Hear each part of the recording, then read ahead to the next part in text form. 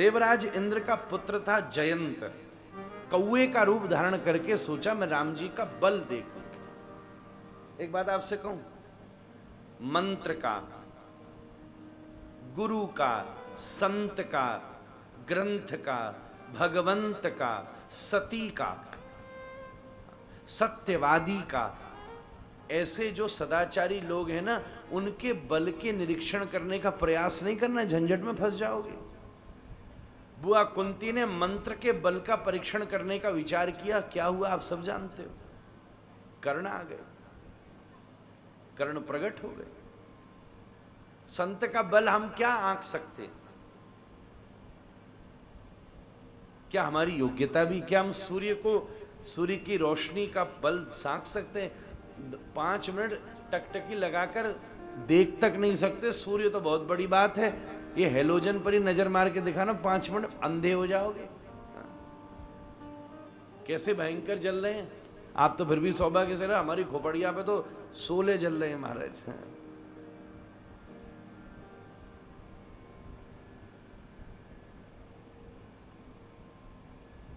जयंत ने आकर के सीता चरण चोंच हति भाका, मूढ़ मंदमति कारण का। बात तो इस पे गुरु महाराज बहुत सी करते हैं। चरणों पर उसने प्रणाम किया महाराज, जानकी जी ने उस पर कृपा करी। वाल्मीकि जी इसको विलक भाव से भी कहते हैं। वक्षाघात का भी संकेत वाल्मीकि जी ने किया है। गोस्वामी जी ने अपनी मर्यादा का संकेत रख के चरण के स्पर्श का विचार बना। चला रुधिर रघुनायक जाना, तब सीक धनुष सायक संधाना।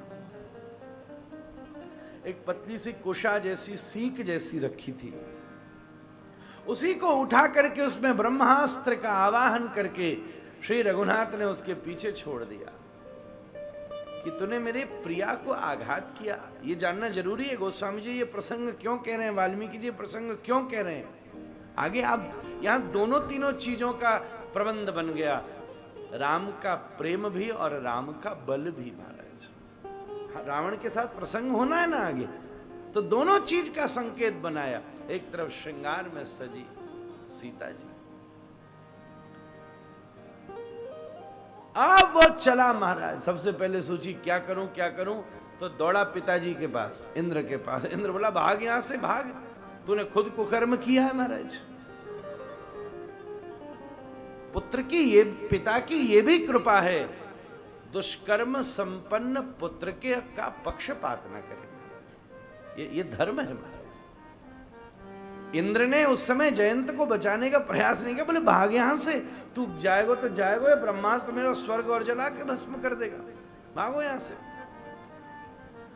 कहते हैं कैलाश से लेके ब्रह्मलोक से लेके जयंत सब जगह भाग गया और वो तृण पीछा नहीं छोड़ता था।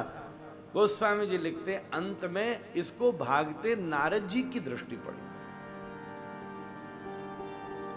और नारद जी ने को देखकर दया आ गई, कैसे भाग रहा है, कैसे भाग रहा है। नारद जी ने कहा अरे भैया जिनसे भाग रहा है उनकी तरफ भाग। इतना इशारा किया नारद जी ने, तो जिनसे दूर भाग रहा है उनकी तरफ दौड़, तभी तेरे प्राणों की रक्षा हो सकती है। तो भगवान की शरण में आकर के गिरा। हाँ भैया अकल आई? हाँ महाराज आ गई। क्यों आया, तूने क्यों किया ये?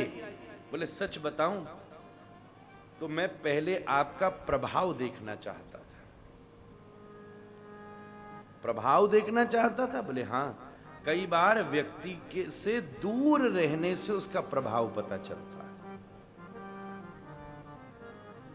उसका प्रभाव क्या है, किसी वस्तु का प्रभाव क्या है, पास में इतना पता नहीं चलता, दूर पता चलता है। हाँ। बहुत सारी चीजें। हाँ। हमको याद है एक बार हम कई बार कहते भाई धोती कुर्ता पहना करो, सबको प्रेरणा देते हैं, कम से कम कथा में आओ, सेवा में जाओ, कभी ऐसा अवसर मिले तो। शादी की वेशभूषा है, घर की वेशभूषा है, ऑफिस की वेशभूषा है, तो हमें धार्मिक चीजों में धर्म वेशभूषा भी धारण करनी चाहिए। तो एक हमारा बालक था, अब वो ट्रेन में उसका रिजर्वेशन, हमसे मिलके लौटा और इतना टाइम नहीं था कि धोती कुर्ता चेंज करे। हाँ। तो तुरंत जाकर के अब ऐसे ही ट्रेन में बैठा, और जब ट्रेन में घुस गया तब ध्यान से टिकट देखी तो पता चला वेटिंग लिस्ट है, माथे पर तिलक है, माला है, धोती कुर्ता भी है। बड़ा दुखी हुआ, थैंक कर थका।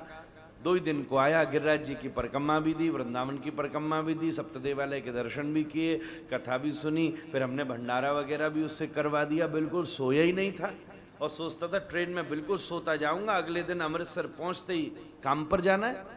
और वहां तो पता चला टिकट ही, सोचा उतर जाऊं। खड़ा रहे, टीटी आए, देखा, बोला हाँ कैसे? अरे राधे राधे सर, वृंदावन गया था। अच्छा आप तो वैष्णव लगते हो। सार की बात यह है कि उसने उस वेशभूषा को देखकर रास्ते भर की व्यवस्था बनवा दी। महाराज, छोटी सी चीज दृष्टांत से मैं ये कहना चाहता था कि एक वेश का कितना प्रभाव हो सकता है।